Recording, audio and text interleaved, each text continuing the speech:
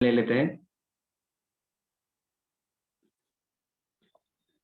उम्र थोड़ी सी हमको मिली थी, मगर उम्र थोड़ी सी हमको मिली थी, मगर वो भी घटने लगी देखते देखते। वो भी घटने लगी देखते देखते। ये करूँ वो करूँ, मैं न कुछ कर सका। ये करूँ वो करूँ, मैं न कुछ कर सका। सांस रुकने लगी देखते देखते। सांस रुकने लगी देखते देखते। कितने काया का श्रृंगार मैंने किया, कितने माया से भंडार मैंने भरा। कितने काया का श्रृंगार मैंने किया, कितने माया से भंडार मैंने भरा। काया बेनूर थी, माया भी दूर थी। काया बेनूर थी, माया भी दूर थी। माटी गलने लगी देखते देखते। उम्र थोड़ी सी हमको मिली थी, मगर उम्र थोड़ी सी हमको मिली थी, मगर वो भी घटने लगी देखते देखते। काया अकड़ी हुई भी बदल जाएगी, जो बची है अकड़ वो निकल जाएगी। काया अकड़ी हुई भी बदल जाएगी, जो बची है अकड़ वो निकल जाएगी। लो तकाजा हुआ और जनाजा उठा। लो तकाजा हुआ और जनाजा उठा। डोली चलने लगी देखते देखते। डोली चलने लगी देखते देखते। उम्र थोड़ी सी हमको मिली थी, मगर उम्र थोड़ी सी हमको मिली थी, मगर वो घटने लगी देखते देखते। अरे अरे पुजारी इस जमाने मुझे ऐसे ठुकरा दिया, मौत ने मुझको सीने से लिपटा लिया। इस जहां ने मुझे ऐसे ठुकरा दिया, आग ने मुझको सीने से लिपटा लिया। राख को छोड़ परिजन चले सब गए। राख को छोड़ परिजन चले सब गए। वो भी उड़ने लगी देखते देखते। वो भी उड़ने लगी देखते देखते। उम्र थोड़ी सी हमको मिली थी, मगर उम्र थोड़ी सी हमको मिली थी, मगर वो भी घटने लगी देखते देखते। वो भी घटने लगी देखते देखते। ये करूँ वो करूँ, मैं न कुछ कर सका। ये करूँ वो करूँ, मैं न कुछ कर सका। सांस रुकने लगी देखते देखते। सांस रुकने लगी देखते देखते। सेशन शुरू करते हैं। नमो अरिहन्ताणं,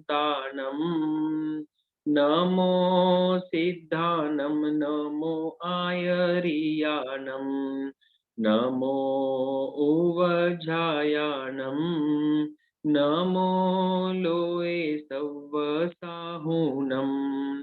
ऐसो पंच नमोकारो सव पावपनासनो मंगलानंच सव्वेसिं परमं हवै मंगलम परमं हवै मंगलम। पंच परमेष्ठी भगवान के चरणों में कोटि कोटि भाववंदन। सभी को जय जिनेन्द्र।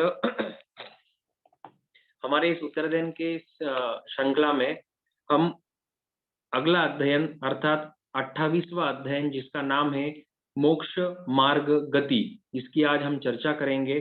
जैसे अध्ययन का नाम सूचना करता है, मोक्ष मार्ग गति, मतलब इस अध्ययन में मोक्ष का मार्ग कौन सा है और उसमें गति किस तरह से की जा सकती है, मतलब उस मार्ग पर किस तरह से चला जा सकता है ताकि भविष्य में मुक्ति की प्राप्ति हो, मतलब मोक्ष की प्राप्ति हो, सिद्धत्व की प्राप्ति हो, उसका वर्णन इस अध्ययन में किया गया है।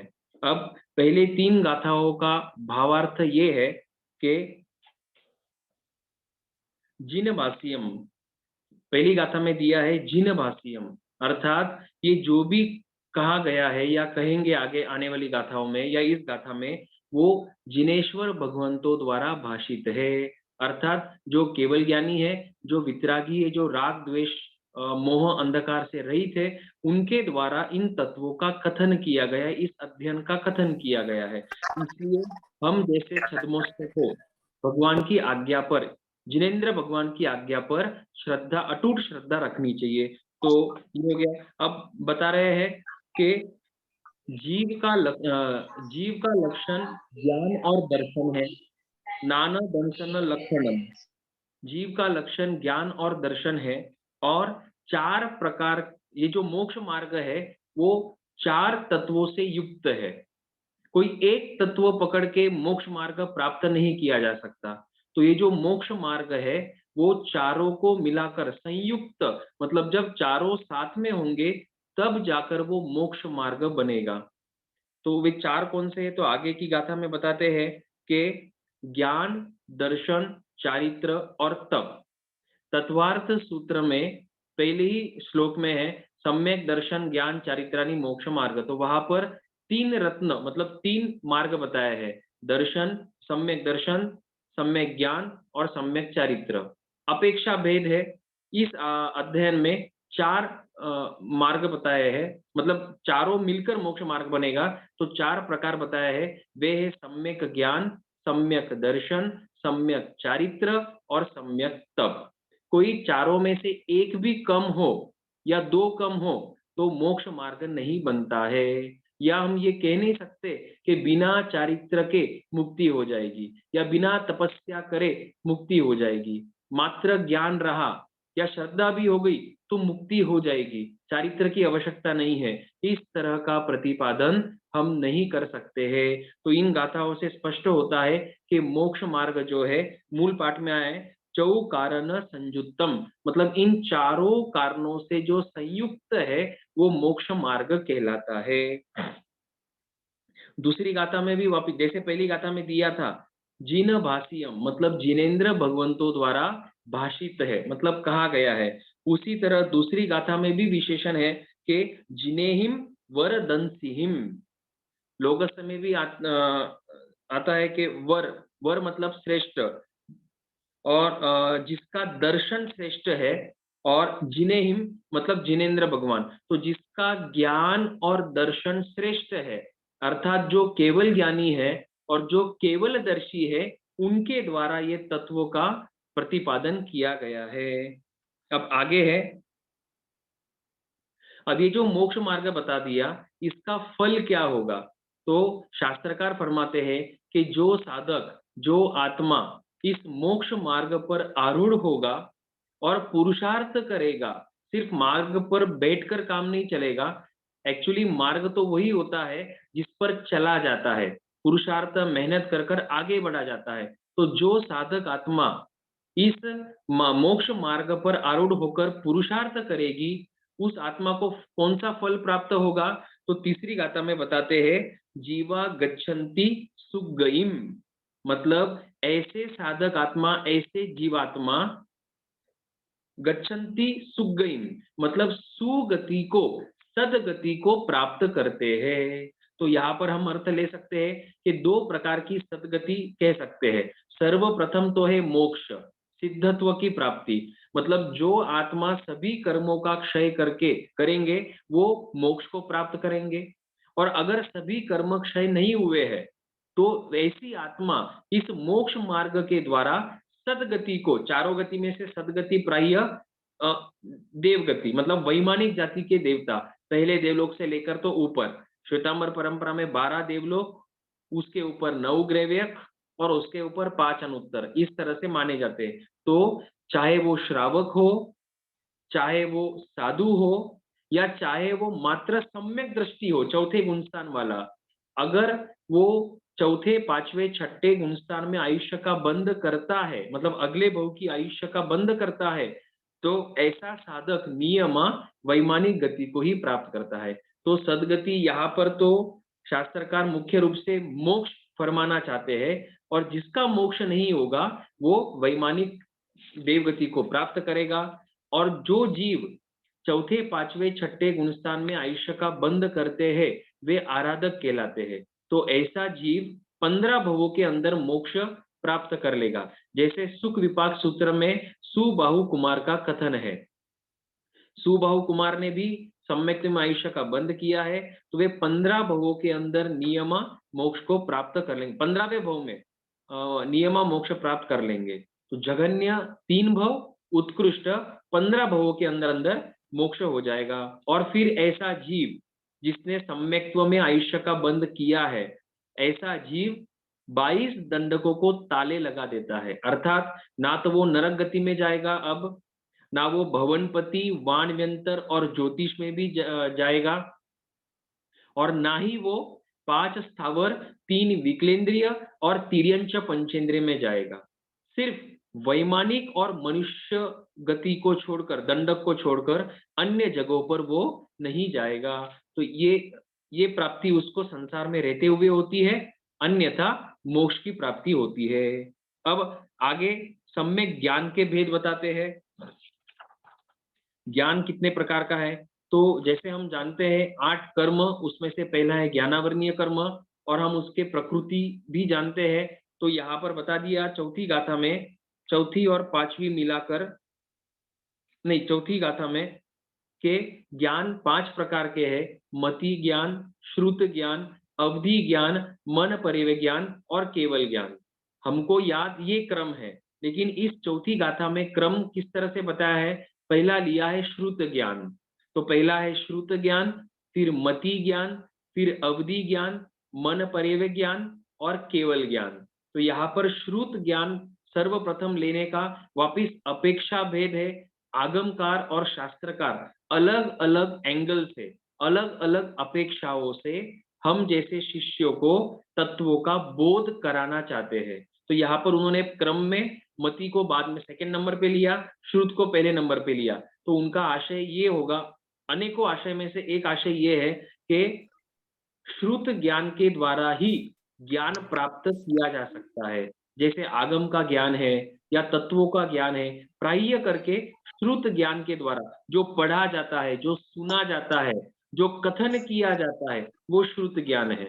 और इसी श्रुत ज्ञान के माध्यम से ही बाकी के जो 4 ज्ञान है उनका स्वरूप जाना जा सकता है। तो इसलिए श्रुत ज्ञान को इस अध्ययन में पहले नंबर पर रखा हुआ, पहले क्रमांक पर रखा हुआ है। पांचवी गाथा में बताते हैं कि ये जो 5 ज्ञान है, 5 प्रकार के जो ज्ञान बताए, वो उन ज्ञानों के माध्यम से, उन ज्ञान के माध्यम से द्रव्य, गुण और पर्याय को जाना जाता है। द्रव्य, गुण और पर्याय, इन तत्वों को जाना जाता है। किसके माध्यम से? ज्ञान के माध्यम से जाना जाता है। केवल ज्ञान जो है वो तो अनंत है, तो केवल ज्ञान के माध्यम से सभी द्रव्यों को, सभी उनके जो गुण है और उनके जो सभी पर्याय है, तीनों काल के, भूतकाल, वर्तमान काल और भविष्य काल, लोकालोक, तो संपूर्ण रूप से जानने वाला जो है वो है केवल ज्ञान। और बाकी के जो 4 ज्ञान है, मत्य, श्रुत, मति ज्ञान, अवधि ज्ञान और मन परिविज्ञान वो मर्यादा लिए हुए अमुक अमुक तत्वों, अमुक अमुक द्रव्यों को और उनके यत् किंचित पर्यायों को जानता है। जैसे मान लो अवधि ज्ञान, तो अवधि ज्ञान, अवधि अर्थात सीमित क्षेत्र, सीमित सीमा, अवधि मतलब एक प्रकार की बाउंड्री। तो अमुक क्षेत्र की मर्यादा लिए हुए जो रूपी पदार्थों को, रूपी द्रव्य को जानता है, बिना 5 इंद्रियों के सहायक के और मन के भी सहायता के बिना, सीधा आत्मा से जो रूपी द्रव्य को जानता है और देखता है, उसको अवधि ज्ञान कहते हैं, जानना। जैसे उपासक दशा में वर्णन है कि आनंद श्रावक को 500 योजन तक का अवधि ज्ञान हुआ था। मतलब लवण समुद्र के अंदर 500 योजन तक, तीनों दिशा में, और उत्तर दिशा में चुल्ल हिमवंत पर्वत तक अवधि ज्ञान हुआ था। नीचे की बात करें तो पहली नरक में शायद जो लोलुच्छ नामक नरकावास है, वहां तक हुआ था, और पहले देवलोक तक का अवधि ज्ञान हुआ था। क्षेत्रों को अपने माइक को म्यूट कर लेवे, जिसका भी ऑन होगा। तो इतने क्षेत्रों को अवधि ज्ञान के द्वारा आनंद श्रावक रूपी पदार्थों को जानते और देखते थे, इसको कहते हैं अवधि ज्ञान। वैसे ही कामदेव श्रावक को भी हुआ था। वर्तमान में भी अवधि ज्ञान हो सकता है, लेकिन इतना बड़ा अवधि ज्ञान नहीं। तो गुरु भगवान फरमाते हैं कि जघन्य या मध्यम अवधि ज्ञान अभी भी संभव है। ठीक है, ये हो गया अवधि ज्ञान। मन परिव्य ज्ञान अर्थात ढाई द्वीप के अंदर, मतलब मनुष्य क्षेत्र के अंदर रहे हुए सन्नी जीव, मतलब मन वाले जीवों का मन जान लेना, उसको कहते हैं मन पर्यव ज्ञान। ये किसको होता है? ये मात्र साधु और साध्वियों को ही हो सकता है, श्रावक को नहीं होता है, गृहस्थ को नहीं होता है। ये हो गया मन पर्यव ज्ञान। और पहले दो है मति ज्ञान और श्रुत ज्ञान। मति और श्रुत हमेशा प्रत्येक जीव को होते हैं। अवधि ज्ञान और मन पर्यव ज्ञान और केवल ज्ञान सभी को नहीं होगा, किन्हीं किन्हीं को होगा, लेकिन मति और श्रुत सभी को होता है। अगर वो मिथ्यात्वी है तो मति अज्ञान, श्रुत अज्ञान होगा। अगर वो सम्यक्त्वी है तो मति ज्ञान और श्रुत ज्ञान होगा। ठीक है, तो ये हो गया। और इन ज्ञान के माध्यम से हम द्रव्यों के गुण और पर्याय को जानते हैं। अब ये गुण और पर्याय क्या है, तो आगे बताते हैं कि छठी गाथा, द्रव्य मतलब एक पदार्थ, कोई भी पदार्थ। जैसे मान लो आपके सामने कोई स्क्रीन है, आपके सामने मोबाइल है, लैपटॉप है, या कोई किताब पड़ी हुई है, या पेन पेंसिल है, तो ये सब जो है वो द्रव्य कहलाते हैं। अपनी आत्मा भी द्रव्य है। तो आगे वर्णन आएगा कि कितने द्रव्य है। तो द्रव्य मतलब कोई एक पदार्थ। फिर गुण, हर एक पदार्थ में कोई ना कोई गुण रहेगा, चाहे वो जीव हो या अजीव हो। बिना गुण के इस संसार में, लोकालोक में, एक भी द्रव्य या एक भी पदार्थ या एक भी मैटर नहीं होता है। तो जहां पर द्रव्य होगा वहां पर गुण रहेगा, उसका उसका गुण रहेगा। जैसे मान लो आत्मा या जीव, तो जीव का गुण है ज्ञान और दर्शन। फिर मान लो कि अजीव, अजीव का गुण है काला होना, मतलब वर्ण गंध रस स्पर्श, ये उसका गुण है। ठीक है, तो द्रव्य, गुण और पर्याय। पर्याय मतलब परिणमन को प्राप्त करना। पर्याय मतलब चेंज, मतलब परिवर्तन आना। जैसे कोई पदार्थ है, अभी काला कलर था, फिर कुछ प्रोसेस करने पर वो लाल हो गया। कोई पदार्थ है जो अभी सफेद कलर है और ऑटोमेटिकली उसका कलर चेंज हो गया, पीला पड़ गया। तो इसको कहते हैं पर्याय, मतलब बदलना। वैसे ही आत्मा का भी, हम अभी मनुष्य गति में है, तो हमारी पर्याय मनुष्य भव की है। कोई जीव या हमारा ही जीव मान लो अगले भाव में देव गति में चला जावे, तो हमारी पर्याय देव गति की कहलाएगी। तो ये हो गया द्रव्य, गुण और पर्याय। तो इस छठी गाथा में बताते हैं कि गुण कहां पर रहेगा? द्रव्य में रहेगा। पर्याय कहां पर रहेगा? द्रव्य में रहेगा। तो बताते हैं कि द्रव्य में गुण रहता है और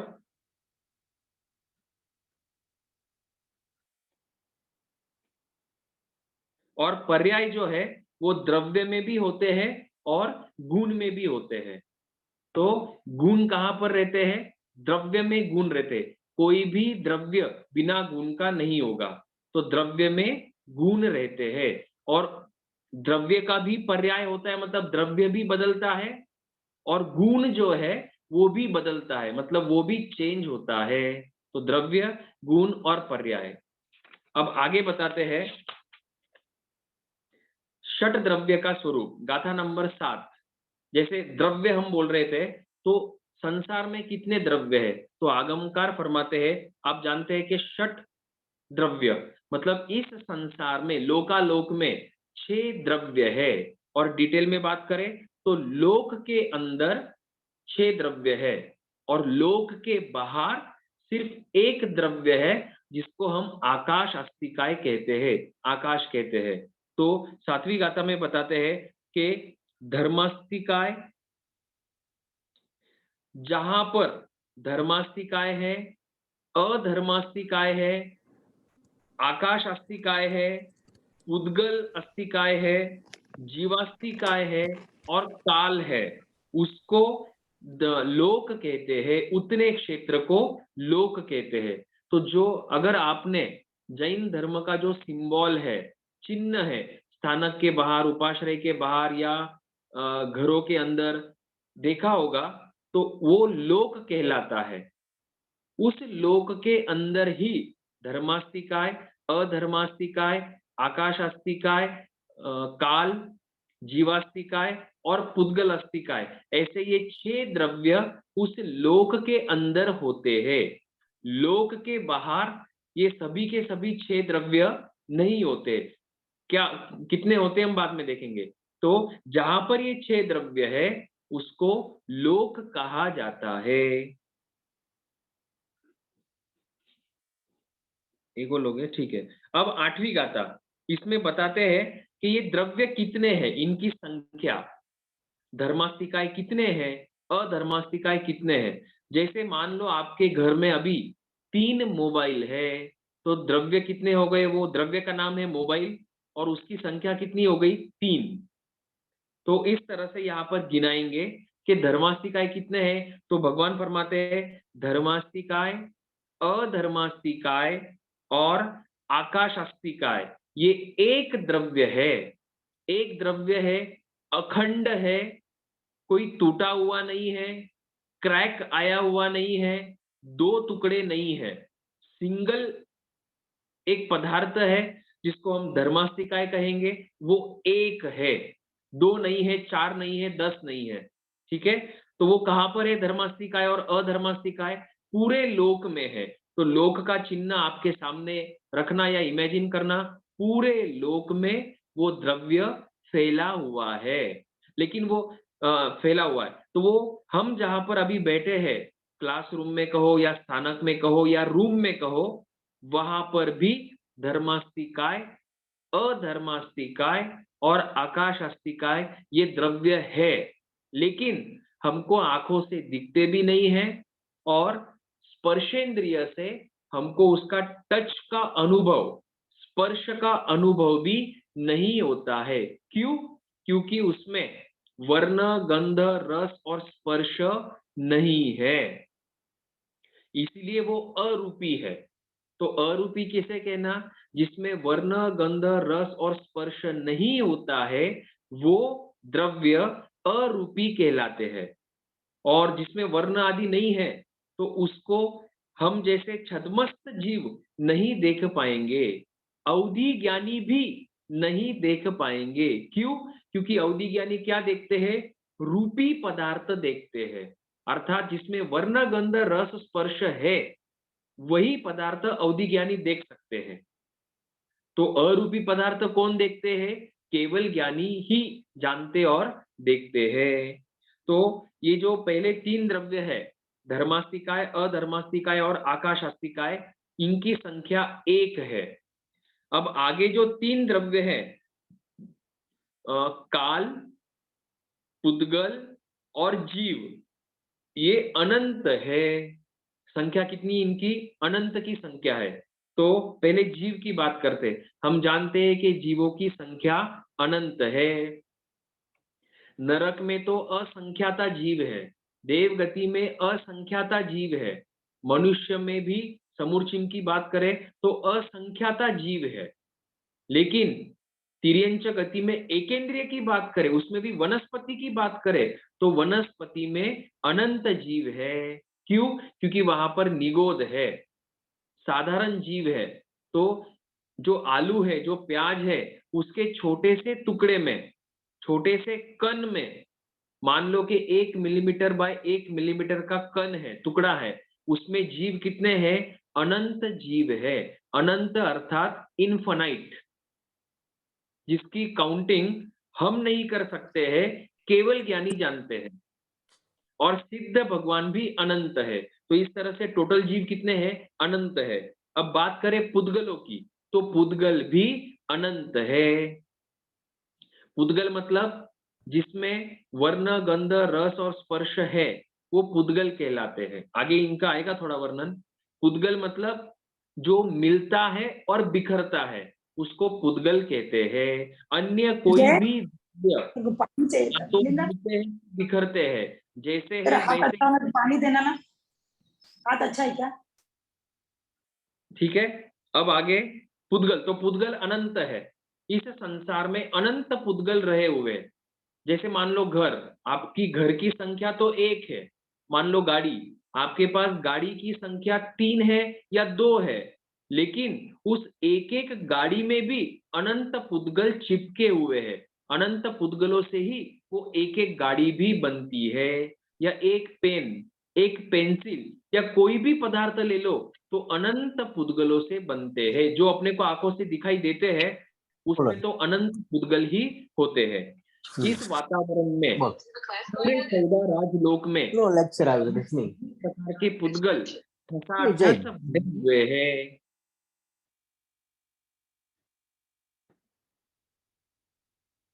14 राजलोक में ये सभी पुद्गल ठसाठस भरे हुए हैं, लेकिन वो हमको दिखाई नहीं देते। जैसे हमारे अभी रूम में भी ये पुद्गल है, लेकिन वे पुद्गल हमको दिख नहीं रहे हैं। जैसे औदारिक शरीर का रॉ मटेरियल, जिस पुद्गल से हमारा ये शरीर बना है, औदारिक शरीर है, तो ये औदारिक शरीर का रॉ मटेरियल इस वातावरण में है। वैक्रिय शरीर का मटेरियल है, आहारक शरीर का है, भाषा वर्गना है, ये मनोवर्गना है, तेजस शरीर, कार्बन शरीर, ये सब वर्गनाएं हैं। लेकिन हमको दिखती नहीं है, क्योंकि वे सूक्ष्म होती है। जैसे अभी देखो, कोई बात इस एनवायरनमेंट में कोई कण हो, छोटे से पार्टिकल्स हो, तो हमको आंखों से नहीं दिखाई देते। लेकिन अगर सनलाइट हो, सूर्य का प्रकाश पड़े, तो अपने को हवा के अंदर वे पार्टिकल्स दिखते हैं। ठीक है, तो वे थोड़े बड़े हैं, इसलिए हमको दिखाई देते हैं। तो ऐसे ही बहुत छोटे पार्टिकल्स है, जो इस 14 राजलोक में हर जगह पे है, उसको पुद्गल कहते हैं। वो हमको आंखों से नहीं दिखाई देते हैं, मतलब कुछ दिखाई देते हैं, कुछ नहीं दिखाई देते। मेरा शरीर भी पुद्गल है, ये जो पीछे कर्टन है वो भी पुद्गल है, और ये जो मोबाइल या लैपटॉप है आपके सामने, वो भी पुद्गल है। तो जीव अनंत है, पुद्गल भी अनंत है, और यहां पर दे दिया कि काल भी अनंत है। तो काल द्रव्य कहां पर है? ढाई द्वीप के अंदर काल है। क्यों? क्योंकि ढाई द्वीप के अंदर चंद्र, सूर्य मेरु पर्वत की प्रदक्षिणा करते हैं, और वे प्रदक्षिणा करते हैं तो दिन और रात होती है, तिथियां बदलती है, सूर्योदय और सूर्यास्त होता है। तो व्यवहार नए से काल की गणना ढाई द्वीप के अंदर होती है। लेकिन ढाई द्वीप के अंदर पुद्गल कितने हैं? अनंत पुद्गल है। ठीक है, ध्यान से सुनना। ढाई द्वीप के अंदर अनंत पुद्गल है। उन प्रत्येक पुद्गल की प्रत्येक पर्याय पर काल एक्टिव है। मतलब काल अपना असर दिखाता है, इसलिए काल कितना है, अनंत है। एग्जाम्पल के लिए एक छोटा सा मोटे तौर से उदाहरण लेंगे हम। जैसे मान लो मोबाइल है आपके पास, तो वो जो सामने मोबाइल है वो एक द्रव्य है, लेकिन उसकी बहुत सारी पर्याय है। पर्याय क्या क्या है कि उसके मोबाइल में ट्रांसपेरेंट स्क्रीन लगी हुई है, मोबाइल में कैमरा लगा हुआ है, मोबाइल काले कलर का है, ब्लू कलर का है, काले में भी अलग अलग प्रकार की शेड है, उसको आपने कवर लगाया हुआ है। इस तरह से अनंत पर्याय है, 10 या 100 या 1000 नहीं, अनंत पर्याय है एक मोबाइल की। और वे हर एक पर्याय के ऊपर काल तो वर्तन कर ही रहा है, काल तो अपना असर दिखा रहा है, इसलिए काल अनंत है। ठीक है, तो इस गाथा में हमने देखा कि पहले के 3 द्रव्य की संख्या एक एक है और शेष 3 द्रव्य की संख्या अनंत है। अब आगे उनका लक्षण बताते हैं, उनके गुण बताते हैं। धर्मास्तिकाय का लक्षण क्या है, गति प्रदान करना, मतलब गति में सहायक बनना, ये धर्मास्तिकाय का लक्षण है। अधर्मास्तिकाय का लक्षण है स्थिरता प्रदान करना। अब जैसे मैं हाथ ऊपर और नीचे कर रहा हूं, तो जब मेरे हाथों की मूवमेंट होगी तो वो धर्मास्तिकाय है यहाँ पर, इसलिए हो रही है। और मैंने जो नीचे लेकर अभी रोक दिया, तो वो रुका क्यों, क्योंकि अधर्मास्तिकाय है, इसलिए मेरा हाथ रुक पाया। तो जहां पर धर्मास्तिकाय है वहीं पर अधर्मास्तिकाय है, ये खाली सहायक बनते हैं। मतलब मुझे अगर हाथ ऊपर करना है तो मैं करूंगा, धर्मास्तिकाय ये बोलेगा नहीं कि हाथ ऊपर करो, या मेरा हाथ ऊपर लेकर नहीं जाएगा, मुझे ऊपर लेना है तो मैं हाथ ऊपर लूंगा, रोकना है तो मैं रोकूंगा। तो इसमें क्या होता है, धर्मास्तिकाय और अधर्मास्तिकाय सहायक बनते हैं। अब आगे है, तो इसी तरह सभी प्रकार की जो मूवमेंट है, आंख बंद करना, खोलना, फिर चिंतन करना, आदि आदि जो भी मूवमेंट्स है, वो धर्मास्तिकाय उसमें सहायक बनती है, और अधर्मास्तिकाय रोकने में सहायक बनती है। फिर आगे है धर्मास्तिकाय आकाश। आकाश जो है वो जगह देने में काम आता है, उसका गुण क्या है, लक्षण क्या है, आकाश अस्तिकाय जगह देता है। अब आगे काल का लक्षण वर्तन। वर्तन मतलब नए को पुराना करना, पुराने को नया करना, पुराने को नष्ट करना। जो ये पर्याय बदलती है, जो ये टाइम पास हो रहा है, वो काल के कारण से हो रहा है। टाइम काल द्रव्य, तो काल द्रव्य का लक्षण है वर्तन गुण, मतलब बीतना, पसार होना, पास होना। आगे है जीव का लक्षण उपयोग लक्षण है, ज्ञान और दर्शन ये जीव का लक्षण है। हाँ, अब 10वीं गाथा में जीव का लक्षण उपयोग कहा गया है।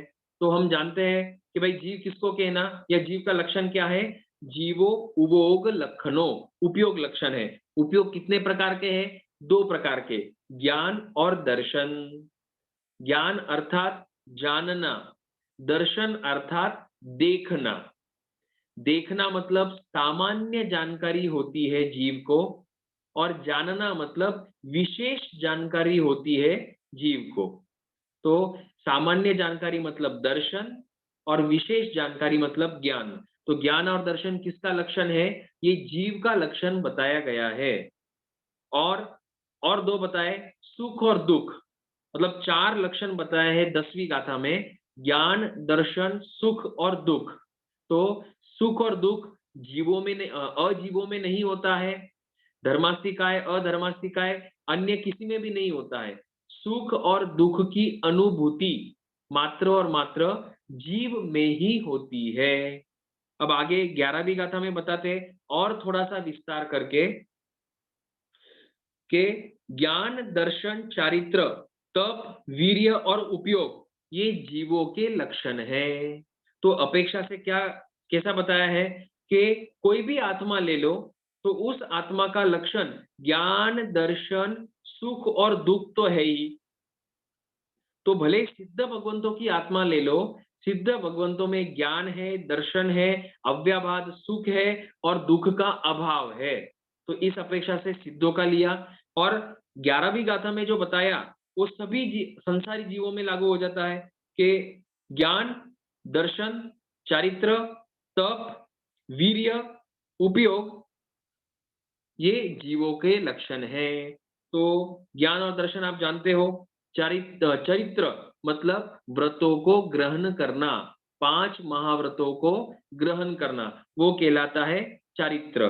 फिर 12 प्रकार की तपस्याओं में से कोई तपस्या करना, वो तप कहलाता है। फिर वीर्य, वीर्य भी 3 प्रकार के कहे गए हैं। पहला है बाल वीर्य। बाल वीर्य मतलब जिसके कोई भी पचकान नहीं है, उसका उसका जो भी पुरुषार्थ है वो बाल कहलाता है, वो बाल वीर्य है, क्योंकि उसके पचकान नहीं है। फिर बाल पंडित वीर्य मतलब थोड़ा बाल थोड़ा पंडित, मतलब कुछ पचकान लिए हुए हैं, कुछ नहीं लिए हुए हैं, अर्थात श्रावक। और फिर पंडित वीर्य मतलब साधुपना। तो वीर्य ये भी किसमें होगा? जीवों में होगा। और उपयोग लक्षण, तो उपयोग में ज्ञान और दर्शन लेना है। आगे जो पुद्गल है, अब पुद्गल किसे कहना? तो 12वीं गाथा में बता रहे हैं शब्द पुद्गल है। जैसे अभी बताया था कि इस वातावरण में बहुत सारे पुद्गल है, या यूं कहो कि 8 प्रकार की वर्गनाएं हैं। औदारिक वर्गना या औदारिक पुद्गल, वैक्रिय पुद्गल, उसी तरह से शब्द मतलब भाषा पुद्गल भी है। तो ये जो अभी आपको सुनाई दे रहा है, शब्द मेरे मुंह से शब्द निकल रहे हैं, भाषा निकल रही है, वो क्या है? पुद्गल है। तो हमको सुनाई कैसे देता है? वे पुद्गल कानों में पड़ते हैं और फिर इंद्रिय उसको चक्षु ये कौन सी श्रोतेंद्रिय उसको ग्रहण करती है और हमको ज्ञान होता है। तो ये जो शब्द है वो अजीव है, उसको भगवान ने पुद्गल कहा है। आगे अंधकार, हम जानते हैं लगभग कि लाइट जो है, प्रकाश या सूर्य प्रकाश, वो भी पुद्गल है। और जो अंधकार है मतलब डार्कनेस, वो भी पुद्गल है। ऐसा नहीं समझना कि जहां पर लाइट नहीं है वहां पर अंधकार है। ये तो एक अपेक्षा से व्यवहार नहीं से हुआ, व्यवहार की अपेक्षा से। लेकिन प्रकाश भी पुद्गल है और अंधकार भी पुद्गल है। मतलब मान लो रात हुई है, रूम के अंदर, घर के अंदर बैठे हुए हैं, सभी लाइट्स ऑफ है, तो अंधेरा रहता है, तो वो अंधेरा भी क्या है? पुद्गल है। कलर क्या है उस पुद्गल का? काला कलर है। ठीक है।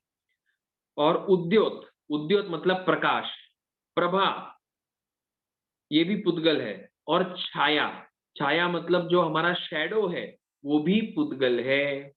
फिर आतप मतलब उष्ण प्रकाश, वो भी पुद्गल है। तो इस तरह से पुद्गल के भेद बताए हुए हैं। इनमें क्या होता है, इनका लक्षण क्या है? जिसमें वर्ण, गंध, रस और स्पर्श है, उनके ये उदाहरण दिए हुए हैं। ठीक है। तो जिनमें वर्ण, गंध, रस और स्पर्श होता है, वे पुद्गल कहलाते हैं। आत्मा के अंदर देखो, ये शरीर पुद्गल है, तो शरीर में वर्ण, गंध, रस, स्पर्श है। लेकिन जो आत्मा है, काल करने के बाद, मरने के बाद, ये शरीर अगले भाव में नहीं जाता है, मेरी आत्मा जाती है। तो वो जो आत्मा है, वो आत्मा में वर्ण, गंध, रस और स्पर्श नहीं होता है।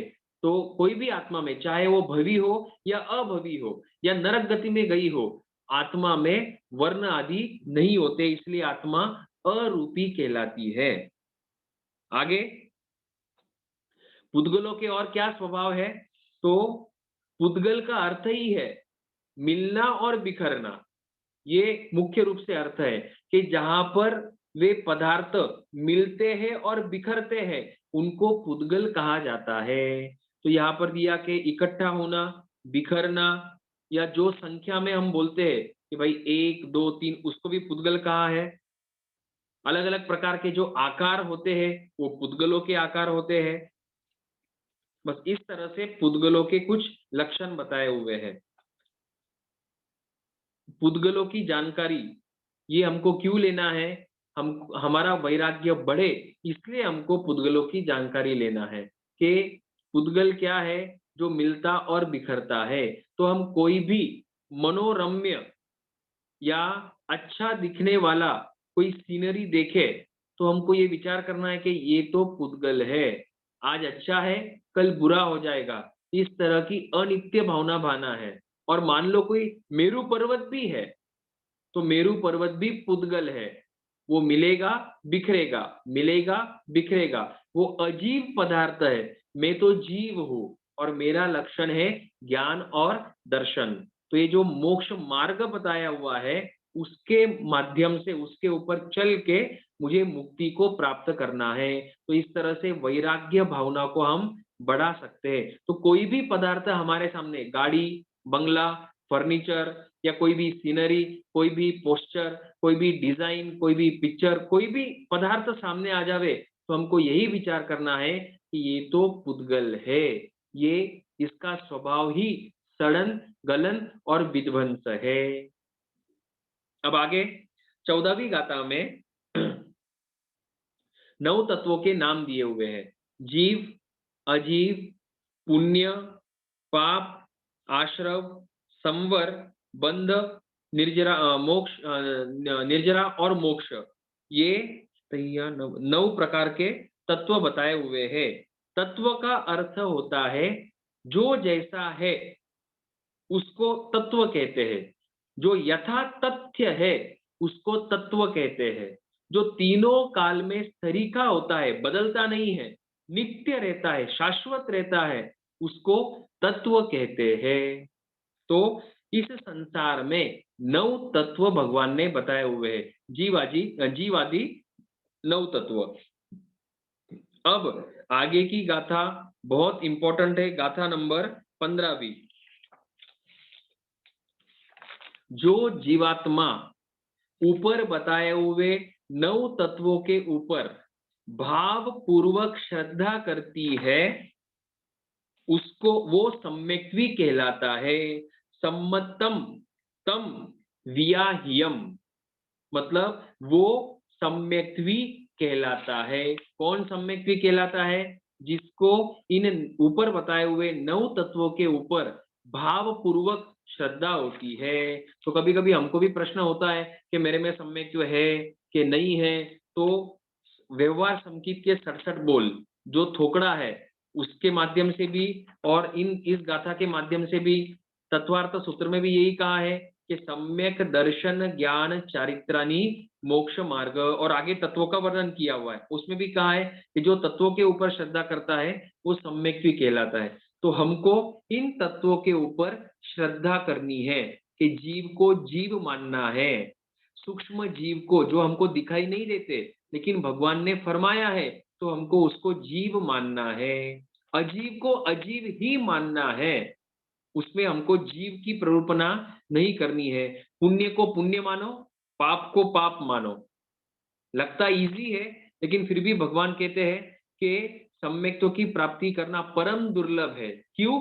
क्योंकि जीव को मोहनीय कर्म का उदय होता है।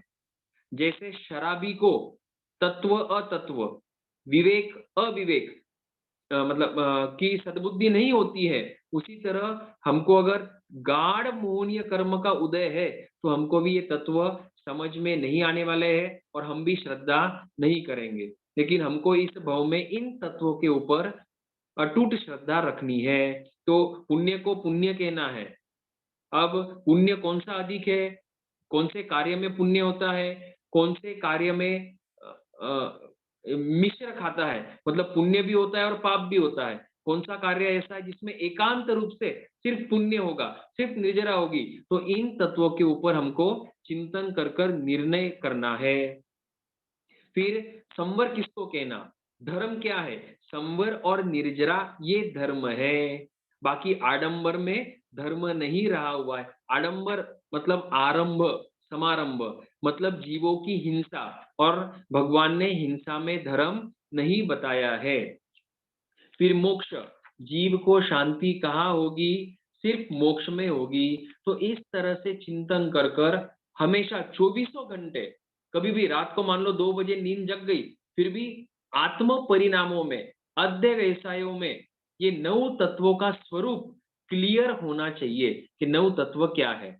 अब जब 9 तत्व हमारे क्लियर होंगे, डेफिनेशंस हमको पता होगी, स्वरूप क्या है पता होगा, तो संसार के कार्यों में हम रस पूर्वक, आसक्ति पूर्वक हम इन्वॉल्वमेंट नहीं ले पाएंगे, तो हम विरक्त जैसे रहेंगे, भले हम श्रावक रहेंगे, गृहस्थ रहेंगे, तो हमारे अधिक कर्मों का बंध नहीं होगा। अब आगे ये 9 तत्व बता दिया, फिर आगे 10 प्रकार की रुचियां बताई है। रुचियां मतलब ये जो 10 प्रकार आगे बताए हैं, इन निमित्तों से जीव को सम्यक्तों की प्राप्ति होती है। 10 प्रकार के निमित्त, पहली बात। या दूसरी बात, जिसको सम्यक्त वो हो चुका है, उनको इन 10 बातों में रुचि होती है, उनको ये 10 बातें अच्छी लगती है, या 10 में से कोई 1, 2, 4 बातें अधिक अच्छी लगती है, तो वे रुचियां कहलाती है। तो गाथा नंबर 16 में इनका नाम दिया हुआ है और आगे उनकी डेफिनेशंस भी दी हुई है। तो नाम और डेफिनेशन हम एक साथ देखेंगे। पहला है निसर्ग रुचि। निसर्ग मतलब क्या, निसर्ग मतलब बिना कोई किसी के सहायक के। तो गाथा में दिया हुआ है कि बिना गुरु के उपदेश के या बिना किसी केवल ज्ञानी के उपदेश से, जो जाति स्मरण के द्वारा या निर्मल मति और शुद्ध ज्ञान के द्वारा इन 9 तत्वों के ऊपर श्रद्धा हो जाती है, उसको सम्यक्त्व की प्राप्ति होती है, वो सम्यक्त्वी कहलाता है। मतलब बिना गुरु और बिना किसी केवल ज्ञानी आदि के उपदेश से भी मुझे इन 9 तत्वों के ऊपर श्रद्धा हो जावे, तो वो निसर्ग रुचि कहलाती है। फिर 2 नंबर पे, हाँ, तो और एक इसका डेफिनेशन दिया कि द्रव्य, क्षेत्र, काल, भाव, इन चारों प्रकार से तत्वों का चिंतन करने से, या फिर 4 प्रकार के जो निक्षेप बताए हैं, नाम, स्थापना, द्रव्य और भाव, इन 4 प्रकार के निक्षेपों से 9 तत्वों का चिंतन करने से सम्यक्त्व की प्राप्ति हो जावे, तो वो निसर्ग रुचि कहलाती है। इनमें हम स्वयं बुद्ध और प्रत्येक बुद्ध ले सकते हैं। तीर्थंकर भगवान नियमा स्वयं बुद्ध ही होते हैं। मरुदेवा माता स्वयं बुद्ध कहलाई, नमी राजर्षि प्रत्येक बुद्ध कहलाए। तो इन आत्माओं को एक तो निर्मल मति श्रुत से या जाति स्मरण का ज्ञान होने से, जो पूर्व भव में उन्होंने थोड़ा बहुत यत् किंचित धर्म का स्पर्श किया हुआ है, उसके माध्यम से उनको यहाँ पर 9 तत्वों के ऊपर श्रद्धा हो जाती है, वो कहलाता है निसर्ग रुचि। दूसरा है उपदेश रुचि। तो जैसे शब्द कहता है कि केवल ज्ञानी भगवान के उपदेश से या अन्य कोई छद्मस्त गुरु या श्रावकों के उपदेश से हमको इन 9 तत्व के ऊपर रुचि हो जावे, तो वो उपदेश रुचि कहलाती है। 3 नंबर की है आज्ञा रुचि। कोई ज्यादा आगम का ज्ञान है नहीं, थोड़ा बहुत तत्व या थोड़े बहुत सूत्र सीखे हुए हैं, लेकिन श्रद्धा ये है कि ये भगवान की आज्ञा है, बस भगवान की आज्ञा है, इसलिए मुझे तथा रूप आचरण करना है और श्रद्धा करना है। तो ऐसे जीव की सम्यक्त्व को आज्ञा रुचि कहलाता है। मतलब भगवान की आज्ञा है, इसलिए मुझे श्रद्धा करना है। भगवान ने कहा है कि निगोद में, साधारण वनस्पति में अनंत जीव है, बस मुझे कोई तर्क नहीं करना है, कोई वितर्क नहीं करना है, क्योंकि भगवान ने कहा है तमेव सच्चम निसंकम जम जिने ही पवेयम। हम भगवान के ऊपर श्रद्धा क्यों कर रहे हैं? जैसे पहले की गाथाओं में भी कहा और अभी भी बता रहे हैं इन गाथाओं में भी, कि ये जो कथन है ये केवल ज्ञानियों द्वारा कहा गया है, भाषित किया गया है, प्ररूपित किया गया है। और केवल ज्ञानी अनंत ज्ञान के जानकार है, केवल ज्ञान है, तो वे झूठ नहीं बोलेंगे। वितरागी है तो असत्य वचन की प्ररूपणा भी नहीं करेंगे। इसलिए हमको तीर्थंकर और केवली के ऊपर अटूट श्रद्धा रखनी है। तीसरा हुआ अज्ञा रुचि। चौथा है सूत्र रुचि। मतलब सूत्रों का अध्ययन कर कर। फिर बताया कि ओघाई मतलब सूत्रों के अध्ययन में अवगाहन कर कर और ज्यादा डीप में जाकर जिसको रुचि उत्पन्न होती है, सम्यक्त की प्राप्ति होती है, वो सूत्र रुचि कहलाती है। सूत्र मतलब यहाँ पर हम ले सकते हैं मूल पाठ। सूत्र हम बोलते हैं ना, ज्ञान के तीन है, सूत्र, अर्थ और तदुभय।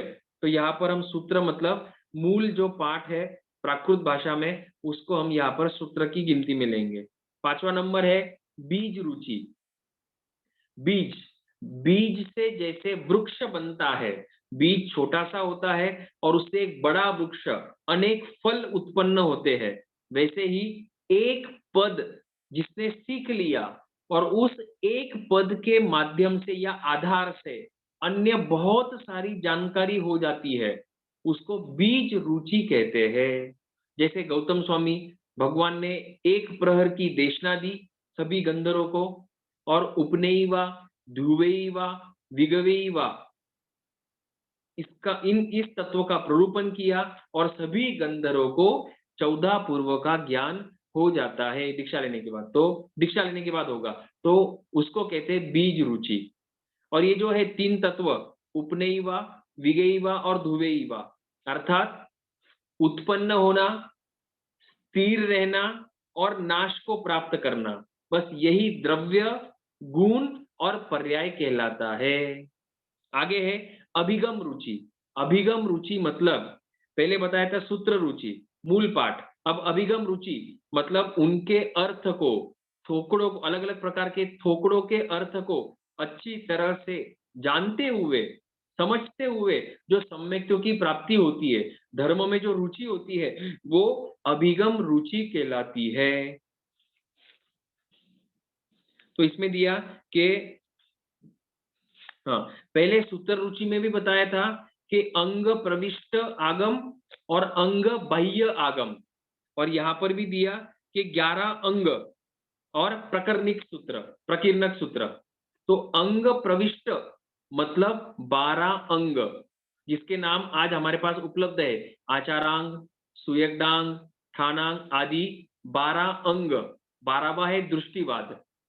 और अंग बाह्य मतलब इससे व्यतिरिक्त जो उपांग है, जैसे उववाई, रायपसेनी, जीवाभिगम, ये अंग बाह्य कहलाते हैं। उत्तर अध्ययन जो हम अभी अध्ययन कर रहे हैं वो अंग बाह्य है, मतलब अंग सूत्रों की रचना गणधर भगवंत करते हैं और अंग बाह्य सूत्रों की रचना अन्य आचार्य करते हैं।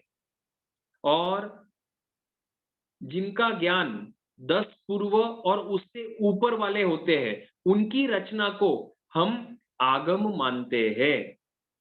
10 पूर्व, 11, 12, 13, 14 पूर्व के ज्ञानी जो है, वे अगर रचना करे तो उसको हम आगम मानेंगे। जैसे 10 वैकालिक सूत्र, स्वयंभू आचार्य को 14 पूर्व का ज्ञान था।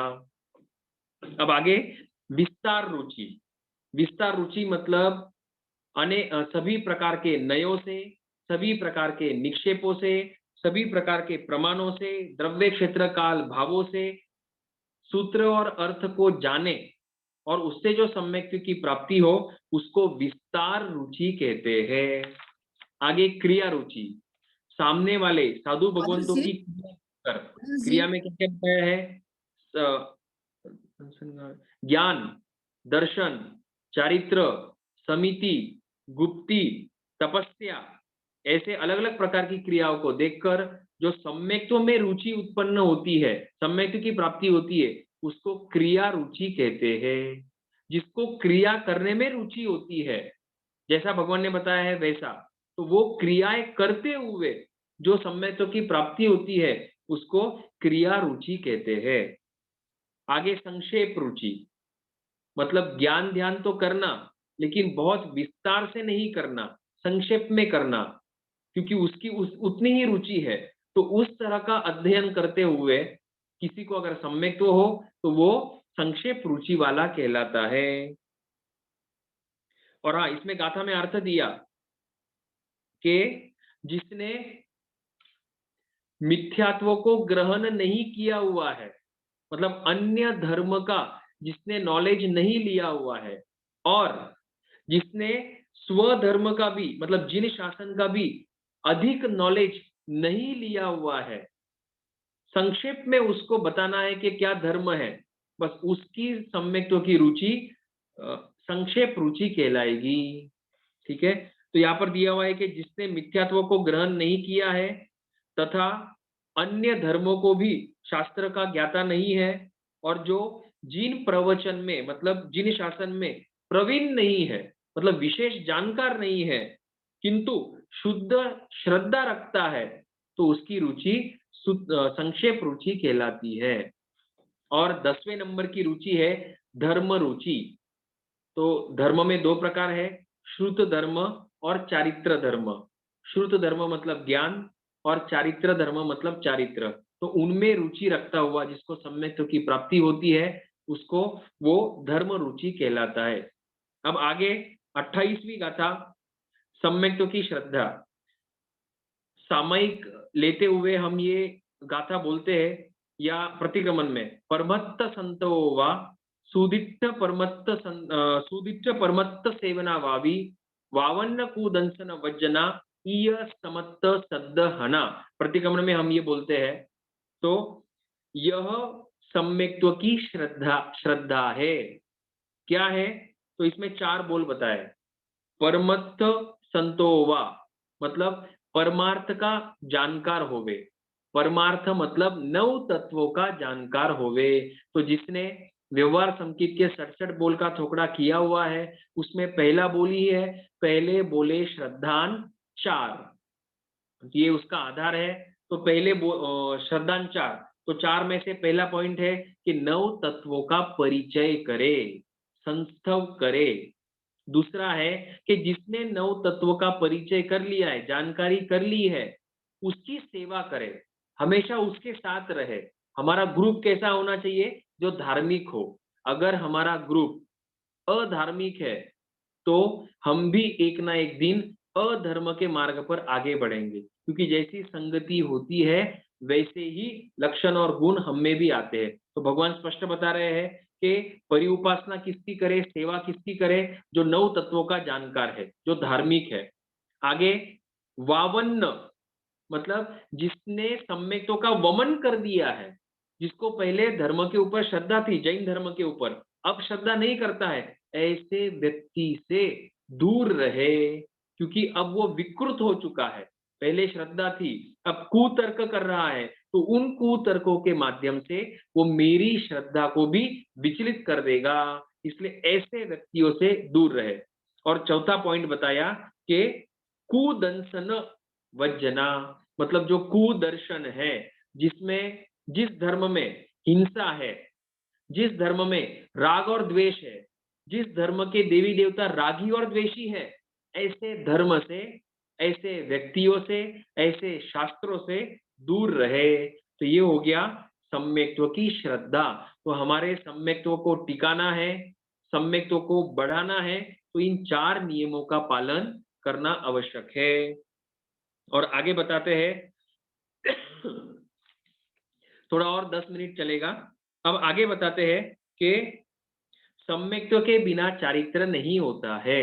इसलिए आपने प्रवचन में भी सुना होगा साधु भगवंतों से कि जैन धर्म का की फर्स्ट स्टेज या फाउंडेशन अगर कुछ है तो वो है सच्ची श्रद्धा का होना, मतलब सम्यक्त्व की प्राप्ति होना।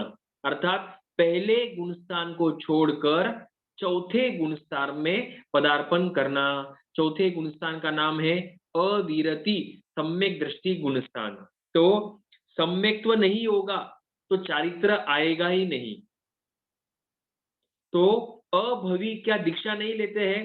अभवी पहले गुणस्थान में रहकर अनंती बार दीक्षा लेते हैं, आगे भी लेंगे और वो नवग्रैविक तक भी जाते हैं, लेकिन सम्यक्त्व नहीं होने के कारण, क्योंकि अभवी है, सम्यक्त्व कभी आएगा ही नहीं, सम्यक्त्व नहीं होने के कारण वो भाव पूर्वक चारित्र नहीं कहलाता है। हमारे जीव ने भी भूतकाल में अनंती बार चारित्र ग्रहण किया, लेकिन सम्यक्त्व नहीं था, इसलिए हमारा वो चारित्र द्रव्य चारित्र पहला गुणस्थान वाला कहलाएगा। फिर आगे बताते हैं कि सम्यक्त्व के होने पर चारित्र हो भी सकता है, नहीं भी हो सकता है, क्योंकि चौथे गुणस्थान में सम्यक्त्व तो है लेकिन चारित्र नहीं है। पांचवें गुणस्थान में सम्यक्त्व तो है लेकिन सिर्फ श्रावकपना है, साधुपना नहीं है। और साधुपना कब आएगा? छठे और सातवें गुणस्थान में आता है। तो सम्यक्त्व होने पर चारित्र हो भी सकता है, नहीं भी हो सकता है। सैनिक महाराजा का जीव पहली नारकी में सम्यक ग्रंथों के आधार से, ग्रंथों के हिसाब से शायिक समकित तो है लेकिन चारित्र नहीं है। कृष्ण महाराजा को शायिक समकित तो है लेकिन चारित्र नहीं है। 5 अनुत्तर के देवताओं को, सभी देवताओं को सम्यक तो है लेकिन चारित्र नहीं है। और आगे बताते हैं कि सम्यक्त्व और चारित्र एक साथ भी आ सकते हैं। इसका अर्थ हम ले सकते हैं कि पहले गुणस्थान से सीधा सातवें गुणस्थान में भी जा सकते हैं। तो तब क्या होगा? सम्यक्त्व और चारित्र एक साथ आएगा। तो ये आशय है 29वीं गाथा का। अब 30वीं गाथा भी बहुत सुंदर है कि सम्यक दर्शन जिसको नहीं है उसको सम्यक ज्ञान भी नहीं होता है। मतलब हम चाहे जितनी आगमों की जानकारी कर लेवे, सूत्र पढ़ लेवे, थोकड़े पढ़ लेवे, प्रवचन दे देवे, धर्म कथा कर लेवे, आदि आदि ज्ञान ध्यान कर लेवे, लेकिन हमको अगर नव तत्व के ऊपर श्रद्धा नहीं है तो वो सम्यक दर्शन नहीं कहलाएगा या सम्यक ज्ञान नहीं कहलाएगा। क्यों? क्योंकि हमको सम्यक्त्व ही नहीं है। तो हमारे धर्म की या मोक्ष की नींव क्या है? सम्यक दर्शन, सम्यक्त्व। तो यहाँ पर बता रहे हैं कि जिसको सम्यक्त्व नहीं है उसकी सारी की या कोई भी जानकारी हो वो सम्यक ज्ञान नहीं कहलाती है, वो अज्ञान ही कहलाता है। आगे, सम्यक ज्ञान के बिना चारित्र गुण प्रकट नहीं होगा और चारित्र के बिना मोक्ष नहीं होगा और मोक्ष के बिना निर्वाण नहीं होगा, निर्वाण नहीं होगा। तो इसमें क्रम बताया हुआ है कि पहले सम्यक्त्व आना चाहिए, सम्यक्त्व नहीं हो तो ज्ञान नहीं होगा। फिर सम्यक ज्ञान, सम्यक्त्व आया तो सम्यक ज्ञान भी आ जाएगा और सम्यक ज्ञान के बिना चारित्र गुण नहीं होगा, क्योंकि दीक्षा लेने के बाद 5 समिति, 3 गुप्ती, कम से कम इतना नॉलेज तो होना चाहिए। साधु का प्रतिक्रमण इतना तो आना ही चाहिए, क्योंकि प्रतिक्रमण तो रोज करना है महाविदेह क्षेत्र में भी। और बीच के 22 तीर्थंकरों के साधु भी प्रति दिवस दोनों टाइम प्रतिक्रमण करते हैं। लेकिन मान लो कोई कारण से उनका प्रतिक्रमण नहीं हुआ, मतलब वैयावच आदि कारण से नहीं किया, तो उनको प्रायश्चित नहीं आता है। बाकी प्रतिक्रमण तो रोज किया जाता है। तो बेसिक नॉलेज तो होना चाहिए। वो उतना नॉलेज नहीं होगा तो यत्ना कैसे करेंगे, जीवों की रक्षा कैसे करेंगे, जीव क्या है अजीव क्या है, गोचरी का नॉलेज नहीं हुआ तो निर्दोष भिक्षा कैसे लाएंगे, ग्रहण कैसे करेंगे, क्योंकि ग्रहण करने के लिए भी नॉलेज होना चाहिए कि भाई आहार करते समय राग नहीं करना, द्वेष नहीं करना, निंदा नहीं करना, आदि आदि। तो ज्ञान होगा तो चारित्र होगा, चारित्र है तो तप होना चाहिए, क्योंकि तप नहीं होगा तो कर्मों का क्षय नहीं होगा। मोक्ष मतलब क्या? कर्मों का क्षय, 8 कर्मों का क्षय। तो तपस्या होनी चाहिए और फिर मोक्ष मतलब तपस्या होगी तो कर्मों का क्षय होगा। और जिस दिन 8 कर्मों का क्षय हो जाएगा उसी दिन निर्वाण होगा। तो यहाँ पर सम्यक्त्व, ज्ञान, चारित्र, तप और निर्वाण। तप, फिर तप से निर्जरा और निर्जरा से निर्वाण मतलब मोक्ष, ऐसा क्रम बताया हुआ है। अब आगे 31वीं गाथा दर्शन आचार बताए हुए, मतलब दर्शन के आचार, मतलब कुछ नियम है जिनका पालन करना पड़ेगा तो हमारा सम्यक तो सुरक्षित रहेगा और आगे वृद्धि को प्राप्त करेगा। तो इसमें 8 आचार बताए हुए हैं। ज्ञान के भी 8 आचार है, उसका वर्णन यहाँ पर नहीं है। ज्ञान के 8 आचार, दर्शन के 8 आचार, चारित्र के 8 आचार, तपस्या के 12, वीर्य के 3, इस तरह से 36 आचार होते हैं, 36 और 3 39 आचार होते हैं। अब आगे दर्शन के 8 आचार बताए हुए हैं। पहला है निशंकित, व्यवहार संकेत के 67 बोल के थोकड़े में भी ये वर्णन आता है। तो निशंकित होना चाहिए, मतलब हमको जिनेश्वर भगवंतों की वाणी में शंका नहीं होनी चाहिए कि भगवान ने ये कैसा बता दिया। पंचम आरे में भी भगवान ने ऐसे कैसे नियम बता दिए, ये तो पंचम आरा है, भगवान ने कुछ अलग से कुछ बताना चाहिए था। ये हम रिसर्च कर कर कुछ नया प्राप्त करने का प्रयास करें, ये सब जो बातें हैं वो भगवान की वाणी के ऊपर शंका उत्पन्न कराती है। तो हमको प्रभु की वाणी के ऊपर शंका नहीं करना है। भगवान तो 3 काल के ज्ञाता है, वो तो सब कुछ देखकर ही, द्रव्य क्षेत्र काल भाव को देखकर ही प्रतिपादन करते हैं, देशना देते हैं। भगवान के ज्ञान में कोई खोट नहीं है, तो हमको प्रभु की वाणी के ऊपर शंका नहीं करना है। निकांक्षित, कांक्षा, कांक्षा मतलब इच्छा करना, तो ना ही हमको भोगों की इच्छा करना है, मतलब इन संसार के पदार्थों की, और ना ही हमको भविष्य में देवगति की प्राप्ति हो ऐसी भी इच्छा नहीं रखना है। एकमात्र इच्छा रखना है कि मुझे मोक्ष की प्राप्ति हो। तो निशंकित में हाँ, एक अर्थ हुआ कि भोगों की आकांक्षा नहीं रखना है, इस भव के लिए भी नहीं और पर भव के लिए भी नहीं। और दूसरा अर्थ होता है कि अन्य दर्शन जो है, अन्य धर्म जो है, उनकी चाहना नहीं करना है कि उस धर्म में ये अच्छा है, ये नियम थोड़ा सा ढीला है, अच्छा है, मेरा पल जाता है, ज्यादा स्ट्रिक्ट नहीं है, वगैरह वगैरह।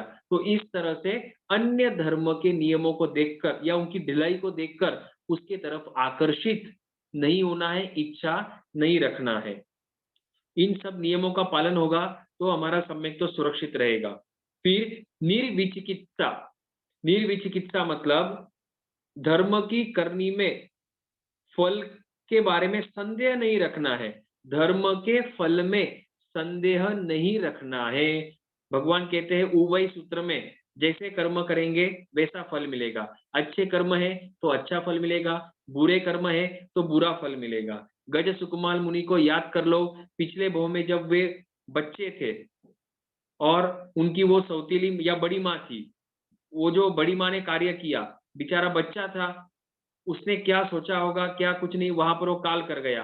अब अंतिम भव में मोक्ष जाना है और 16 वर्ष की उम्र है, मोक्ष में जाना है, लेकिन कर्म तो बाकी है।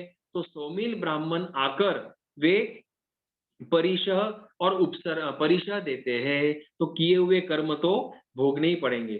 चक्रवर्ती है, चक्रवर्ती मतलब 6 खंड का अधिपति, तो ऐसा अगर नाम कर्म गोत्र कर्म बांधा है तो वो अगले भव में चक्रवर्ती बनता है, कर्मों का फल मिलता है।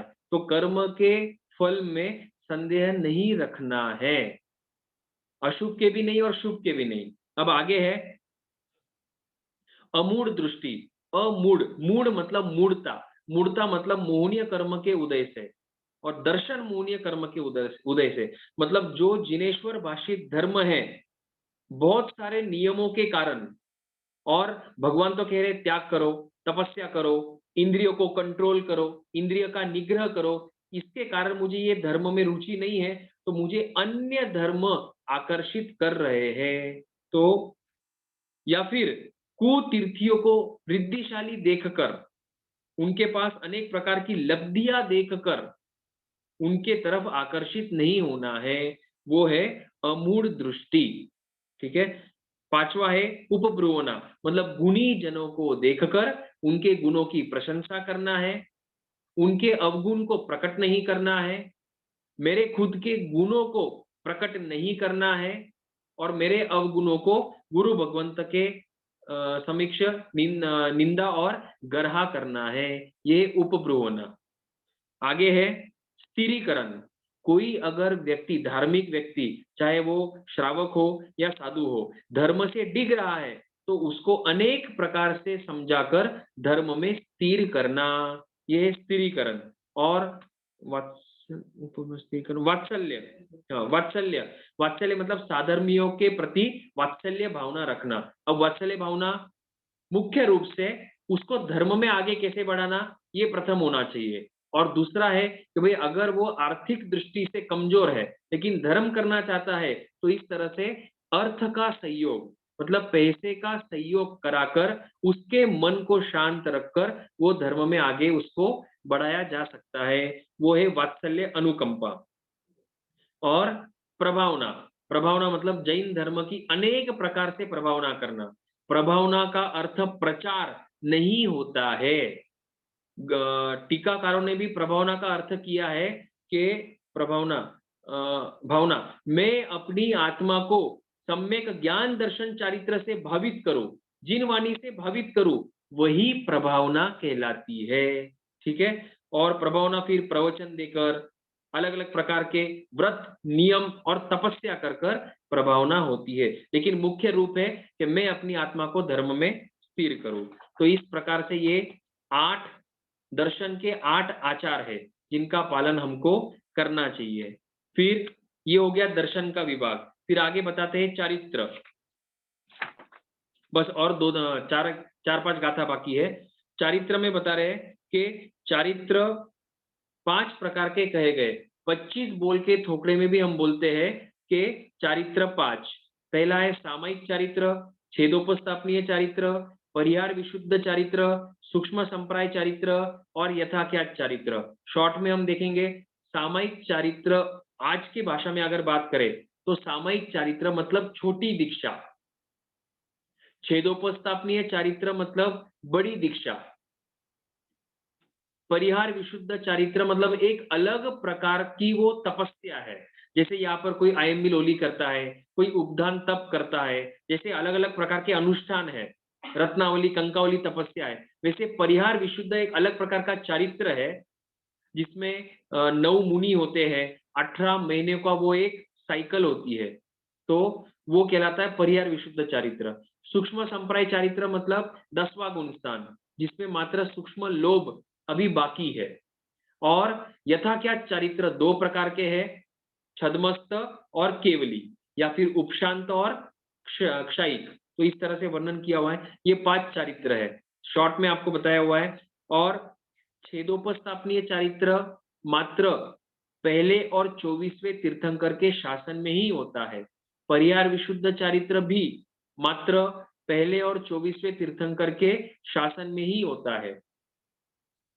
ये जो सामयिक चारित्र है, सामयिक चारित्र के 2 प्रकार है, उसमें से एक प्रकार पहले और 24वें तीर्थंकर के शासन में होता है, और दूसरा प्रकार जो है यावत कथित सामयिक, यावत जीव की सामयिक, वो बीच के 22 तीर्थंकर और महाविदेह क्षेत्र में होती है। तो बीच के 22 और महाविदेह क्षेत्र में चारित्र कितने होंगे? 5 में से 3 चारित्र, सामयिक, सूक्ष्म संप्राय और यथाख्यात चारित्र। और पहले और 24वें तीर्थंकर के शासन में कितने चारित्र होंगे? 5 चारित्र हो सकते होते हैं। तो इस तरह से चारित्र का वर्णन हुआ। और तपस्या, तपस्या भगवान ने 12 प्रकार की बताई है। तपस्या से क्या होता है? जैसे पहले हमने देखा था, तपस्या से कर्मों की निर्जरा होती है। दशवैकालिक सूत्र में बताया है कि तपस्या करने से तपस्या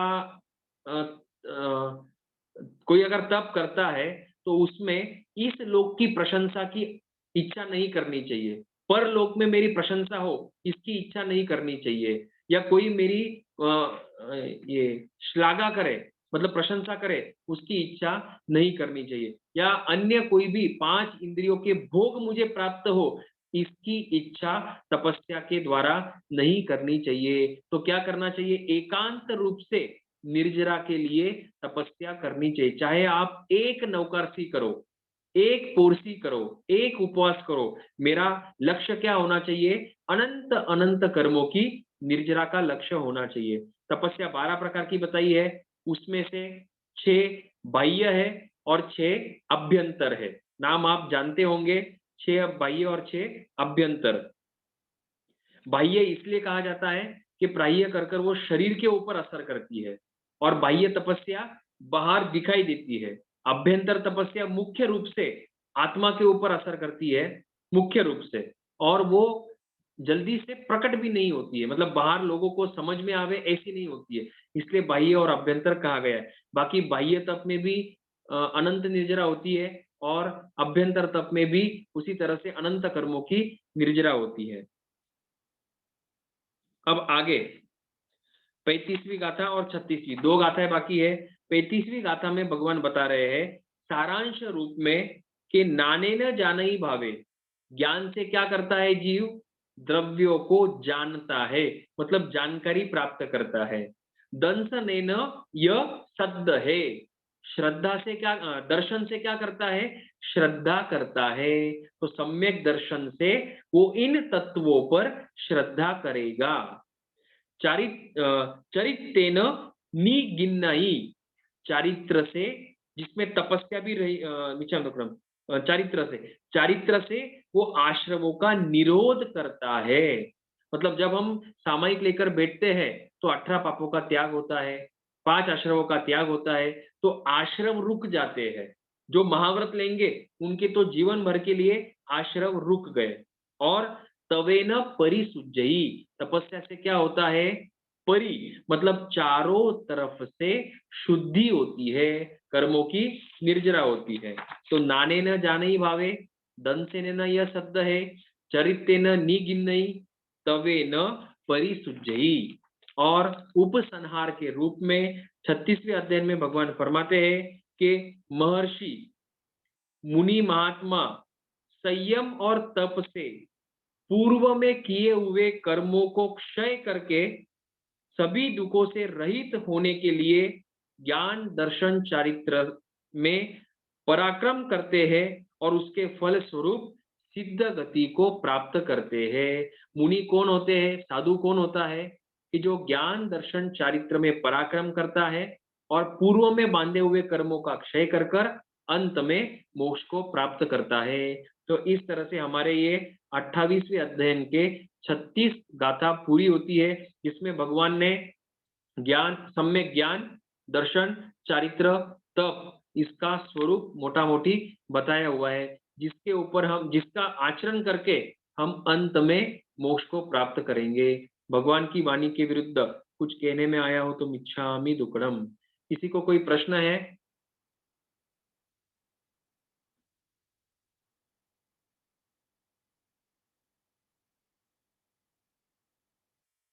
एक प्रश्न आया था कि उत्तराध्ययन सूत्र अंग बाह्य क्यों है। तो भले ये भगवान महावीर स्वामी के द्वारा प्ररूपित है, क्योंकि मोक्ष में जाने के पहले भगवान ने उत्तराध्ययन सूत्र फरमाया था, लेकिन वो तो अर्थ रूप में फरमाया। जैसे अपन अभी बातचीत कर रहे हैं, भगवान उसी तरह देशना देते अर्थ रूप में। उत्तरायण सूत्र हमारे सामने सूत्र रूप में है, तो इसके कर्ता का नाम शायद नहीं आया हुआ है कि किसने उत्तरायण सूत्र को सूत्र रूप में गुंथित किया। जैसे है ना गाथा, सुयम्यावसम तेनम भगवाया एवं अक्षयम, ये जो प्राकृत की गाथा है वो जैसा भगवान ने कहा है वैसा का वैसा नहीं, लेकिन अपने भाव तो वही थे जो भगवान ने कहा, वही भाव, लेकिन अपने शब्द डालकर इस उत्तरायण सूत्र की रचना करी है प्राकृत भाषा में। इसलिए यह उत्तरायण सूत्र अंग बाह्य है और अंग प्रविष्ट नहीं है।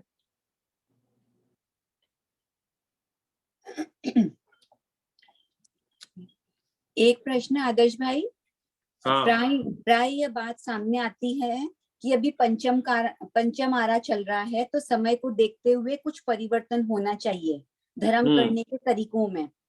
तो ये ऐसा कहना कहाँ तक उचित है? जैसा भी आपने बताया, भगवान की आज्ञा है, हमें शंका करनी नहीं है और जैसा है वैसा ही करना चाहिए।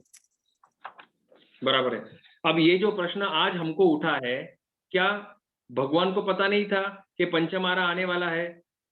पंचमारा में 2022 करके ईयर आएगा, इसमें इस तरह से मोबाइल लैपटॉप, इस तरह से वातावरण रहेगा।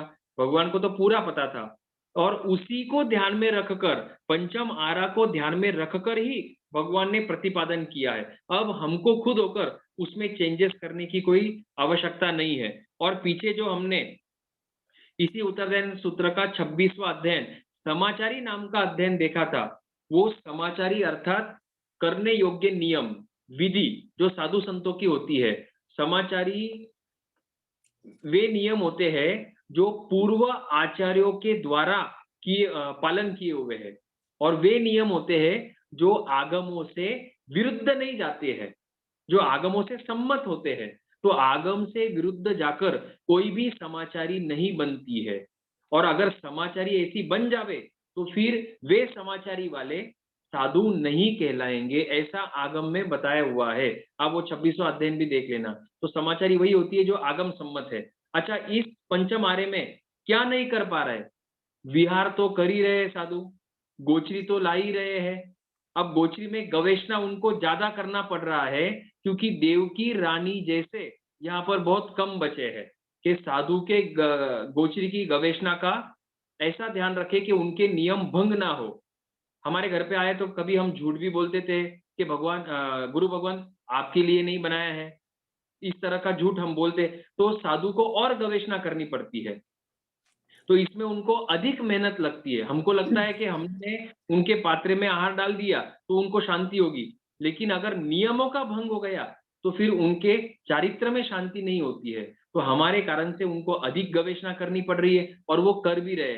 तो विहार चालू है, गवेषणा चालू है, रात्रि को वो खाते नहीं है, स्त्री जो विजातीय तत्व है उसका भी वो पालन कर रहे हैं, और आगम पढ़ रहे हैं, और बहुत सारे साधु है जो आत्मार्थी है। तो इस तरह से पंचम आर्य में भी हमको ऐसे संत तपस्या कर रहे हैं, विगयों का त्याग किया हुआ है, आयम्बिल और निवि तपस्या कर रहे हैं। तो आज भी हमको ये दिख रहा है। अब क्या होता है कि हमको वो नियम पालन करने में कठिनाई जाती है, इसलिए श्रावक वर्ग कहता है कि थोड़ा बदलना चाहिए, क्योंकि आगम में है क्या?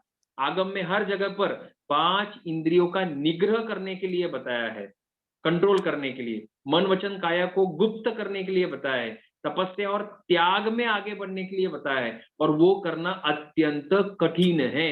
क्यों? क्योंकि उदाहरण सूत्र में पहले भी बताया था, शायद 10वां अध्ययन के काम भोग मुच्छिया, काम भोग में मेरा जीव आसक्त है, मूर्छित है, इसलिए मुझे धर्म अच्छा नहीं लगता है। और सबसे मेन बात, आज्ञा रुचि, भगवान की आज्ञा है, मुझे पालन करना है। भगवान को केवल ज्ञान में सब कुछ, अभी भी महावीर स्वामी का की आत्मा मोक्ष में सिद्धशिला के ऊपर है, वे सब केवल ज्ञान केवल दर्शन से देख रहे, जान रहे हैं, और जब उन्होंने प्रतिपादन किया तब भी जान रहे थे।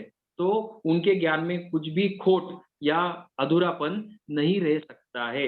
आज तो क्या, पंचम आरा का जब 21,000 वर्ष बीतेंगे और आखिरी दिन रहेगा, तब ज्ञानी के ज्ञान में वे छठे और सातवें गुणस्थान वाले साधु और साध्वी आखिरी दिन भी रहने वाले हैं। तो ये तो सिर्फ पंचम आरा है, अभी सिर्फ 2,500 लगभग वर्ष बीते हैं। तो मुझे नहीं लगता कि कोई नियमों में हमको बदलाव करने चाहिए। और जो बदलाव आएंगे, बदलाव किसको कहते हैं?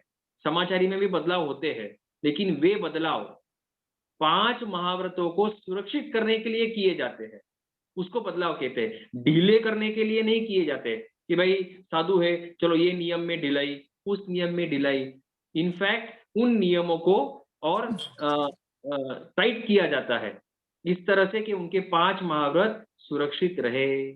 और हमारा भी श्रावक श्राविकाओं का भी कर्तव्य है, क्योंकि आगम में श्रावक श्राविकाओं को साधु साध्वियों का अम्मा पिया कहा गया है। अम्मा पिया मतलब माता पिता, जो साधु साध्वी के नियमों का ध्यान रखे, तो वो हमारा भी कर्तव्य बनता है। नहीं तो अब इसमें ये क्वेश्चन उठता है, जैसे अभी अपन जूम पे उत्तरायण सूत्र का स्वाध्याय कर रहे हैं, तो ये शास्त्र सम्मत है या नहीं है? नहीं, अब साधु को तो नहीं करना है क्योंकि इसमें विराधना है। हम अभी गृहस्थ है, श्रावक है, इसलिए हमने अभी सामयिक नहीं ली है, क्योंकि सामने विराधना हो रही है। संवर ले सकते हैं, सामयिक नहीं ले सकते, क्योंकि सामयिक में कोई आगार नहीं होता है। सामयिक जब रहेगी तब हम कोई भी विराधना नहीं करेंगे, और जितना भी हमने अभी किया उसकी विराधना का पाप हमको लगता है, पाप तो लगेगा। हम सर्व त्यागी नहीं है, इसलिए ये खुला है। हाँ, जो खुला है। अब अन्य भी पाप चालू, हम ऐसा नहीं कहेंगे कि अन्य पाप चालू इसलिए ये भी पाप कर लो, लेकिन स्वीकार करना है कि ये पाप है, इसमें जो भी तेवुकाय आदि की विराधना हो रही है उसका दोष मुझे लग रहा है। नहीं तो दोष ज्यादा है, फायदा ज्यादा है। अब वो कहना वापस बैरोमीटर नहीं होता। वो डिपेंड करेगा। अब इसमें बस आसक्त नहीं होना है, प्रचार प्रसार हो रहा है तो उसमें अहंकार नहीं करना है, बस इस तरह से गुणों का ध्यान रखेंगे तो जयम चरे जयम चिट्टे, तो पाप कम हो जाएगा और जो प्रचार प्रसार होगा, प्रभावना होगा, उसको पुण्यवानी का बंद हो सकता है बस।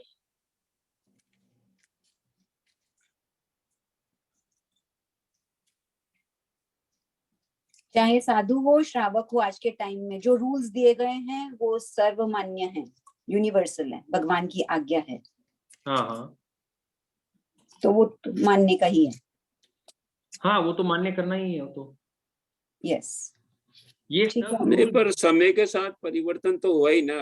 जैसे पहले सब, जैसे महावीर स्वामी ने तो कोई बुक नहीं लिखी, कुछ नहीं लिखी, बाद में लिखी गई, फिर शास्त्र लिखे गए, अब प्रिंटिंग भी होती है, तो परिवर्तन तो हुए ही है ना। मतलब अगर हाँ, किसी चीज से प्रिंटिंग। प्रचार प्रसार होता है तो उसको अपनाना तो पड़ेगा, चाहे उसको किसी भी रूप में करें आप।